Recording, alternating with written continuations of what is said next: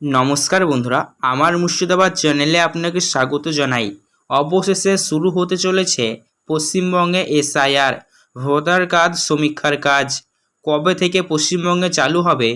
SIR চালুই বা হলে আপনাদের কী কী ডকুমেন্ট লাগবেই, কী ডকুমেন্ট দিয়ে আপনি নাগরিকত্ব প্রমাণ করতে পারবেন, কাদের কাদের নাম বাদ চলে যেতে চলেছে, সমস্ত তথ্যই জানাবো। আর বেশি দিন সময় নাই, হাতে 1-2 দিন সময় রয়েছে। তারপরে এসআইআর হবেই, ফাইনাল বা চূড়ান্ত আপডেট দিয়ে দিল ইলেকশন কমিশন অফ ইন্ডিয়া। চলুন এই নিয়ে কি আপডেট রয়েছে সমস্তটাই জেনে নিই, ভিডিও দেখতে থাকুন। অন স্ক্রিনে দেখতেই পাচ্ছেন এসআইআর ইন ওয়েস্ট বেঙ্গল, গুছিয়ে রাখুন নথিপত্র। অবশেষে বঙ্গে এসআইআর শুরুর দিন জানিয়ে দিল নির্বাচন কমিশন। গত কয়েকদিন ধরেই জল্পনায় চলছিল যে কোনো একদিনই পশ্চিমবঙ্গে শুরু হয়ে যেতে পারে এসআইআর। মুখ্য নির্বাচনী আধিকারিকের কার্যকাল সূত্রে খবর ছিল এসআইআর এর জন্য প্রস্তুতি শেষ। অবশেষে জানানো হলো দিনক্ষণ, আগামী 1 নভেম্বর বা 1 নভেম্বর থেকেই বাংলায় শুরু হতে চলেছে এসআইআর।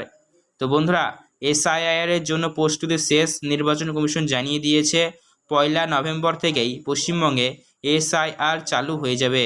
খবর নির্বাচন কমিশন সূত্রের, দ্রুত ডাকা হতে পারে সর্বদলীয় বৈঠক। কমিশন সূত্রের খবর, 3 মাসের মধ্যে শেষ হয়ে যাবে এসআইআর। 3 মাসের মধ্যে শেষ করা হবে এসআইআর, তাহলে খুব দ্রুতই কিন্তু কাজটা চলবে। ঠিক আছে, গোটা পশ্চিমবঙ্গে মাত্র 3 মাসে কমপ্লিট হয়ে যাবে। বাংলা ছাড়াও আগামী বছর নির্বাচনীমুখী রাজ্যগুলি এবং আরও কিছু রাজ্যে শুরু হবে এসআইআর প্রক্রিয়া। একই সাথে 10 থেকে 15টি রাজ্যে এই দফার এসআইআর এর কাজ সম্পন্ন হবে। তাহলে বুঝতে পারছেন, আমাদের পশ্চিমবঙ্গের পাশাপাশি আরও 10 থেকে 15টি রাজ্যে এই এসআইআর এর কাজ শুরু হবে ইলেকশন এর আগেই বা নির্বাচনের আগেই। ঠিক আছে, 2026-এর নির্বাচনের আগেই কমপ্লিট হয়ে যাবে, 3 মাসের মধ্যে হয়ে যাবে। জাতীয় নির্বাচন কমিশন সূত্রের খবর, আগামী সপ্তাহেই দেওয়া হবে নোটিফিকেশন। তাহলে অক্টোবর মাসের লাস্টের দিকেই নোটিফিকেশন জারি করবে ইলেকশন কমিশন অফ ইন্ডিয়া। কী কী প্রয়োজন নথি দেখে নিন।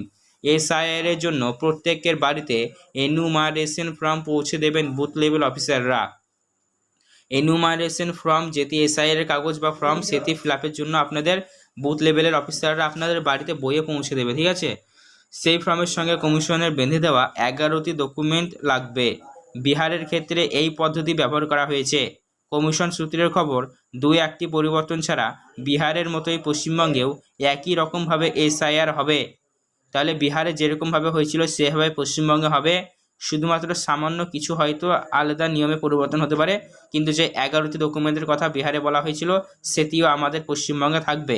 এবং এই 11টি ডকুমেন্টের মধ্যে যে কোনো একটি ডকুমেন্ট আপনাকে দেখাতে হবে সেই অনুযায়ী। এবং বিহারের যেই কমিশন হয়েছে, এসআইআর হয়েছে, সেই অনুযায়ী এই রাজ্যে 2002 সালের ভোটার তালিকায় যাদের নাম রয়েছে এমন ব্যক্তিদের কোনো কাগজই দিতে হবে না বা কোনো নথি দিতে হবে না। তাহলে 2002 সালের ভেরিফাইড ভোটার লিস্টে যাদের যাদের নাম রয়েছে তাদের কোনো রকমের নথিপত্র দিতে হবে না। এসআইআর এর ক্ষেত্রে 11টি ডকুমেন্টের কথা যেগুলো বলা হয়েছে সেগুলি থাকবে। এবং সুপ্রিম কোর্টের পরিচয় হিসাবে আধার কার্ডকে গ্রহণ করতে বলা হয়েছিল। তো আপনাদেরকে বলে রাখি, 11টি ডকুমেন্টের মধ্যে যে কোনো একটি ডকুমেন্ট আপনাকে দিতে হতে পারে, বা আপনার 2002 সালের ভোটার লিস্টে নাম থাকলে সেটি আপনি দিয়ে দেবেন, বা আপনাদের যদি মা বাবার 2002 সালের ভোটার লিস্টে নাম থাকে সেটি দেখাবেন, তাহলে আপনি এসআইআর প্রক্রিয়া কমপ্লিট করতে পারবেন। কমিশনের নির্দিষ্ট 11টি ডকুমেন্ট কী কী চলুন দেখে নিই। প্রথমত হচ্ছে কেন্দ্রীয় অথবা রাজ্য সরকারের কর্মী হিসাবে কাজ করেছেন অথবা পেনশন পান এমন পরিচয়পত্র দেখাতে হবে, প্রথম কাগজ। দ্বিতীয় কাগজ, 1987 সালের জুলাইয়ের আগে ব্যাংক, পোস্ট অফিস বা এলআইসি অফিস বা স্থানীয় প্রশাসকের দেওয়া কোনো কাগজ থাকলে হবে। বা 3 নম্বরে জন্ম শংসাপত্র, 4 নম্বরে পাসপোর্ট, 5 নম্বরে মাধ্যমিক বা তার মানে এডুকেশন ফার্স্ট কোয়ালিফিকেশন সার্টিফিকেট, 6 নম্বরে রাজ্য সরকারের উপযুক্ত কর্তৃপক্ষের স্থানীয় প্রশংসাপত্রে দেওয়া পরিবারের রেজিস্টার। তারপরে দেখুন 7 নম্বরে বলছে ফরেস্ট রাইট সার্টিফিকেট। 8 নম্বরে বলছে জাতিগত শংসাপত্র। 9 নম্বরে বলেছে কোনো নাগরিকের ন্যাশনাল রেজিস্টার। 10 নম্বরে বলছে কোনো শিক্ষাগত শংসাপত্র। 11 নম্বরে জমি অথবা বাড়ির দলিল। এই 11টি কাগজের কথা বলা হয়েছে। এই 11টি কাগজের মধ্যে যে কোনো একটি কাগজ দিলে আপনার এসআইআর প্রক্রিয়া কমপ্লিট হয়ে যাবে। কারা এসআইআর ফর্ম পাবেন দেখে নিন। যাদেরই ভোটার কার্ড রয়েছে, যাদেরই ভোটার লিস্টে নাম রয়েছে, তারা সবাই এসআইআর এর জন্য ফর্ম পাবেন। ঠিক আছে, আর সেই ফর্মটি আপনাদের বাড়িতে বিএলও অফিসাররা পৌঁছে দেবেন।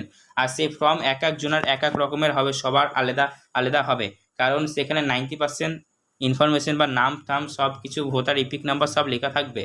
এবার সেই লিস্টটি আপনাদের বিএল অফিসাররা আপনাদের বাড়িতে পৌঁছে দেবে। সেই ফর্মটি আপনারা ফিল আপ করবেন, যা যা লাগবে ফিল আপ করবেন, আর ডকুমেন্ট একটি যে কোনো অ্যাটাচ করে জমা করবেন, তাহলে আপনার এসআইআর প্রক্রিয়াটি সম্পূর্ণ হয়ে যাবে।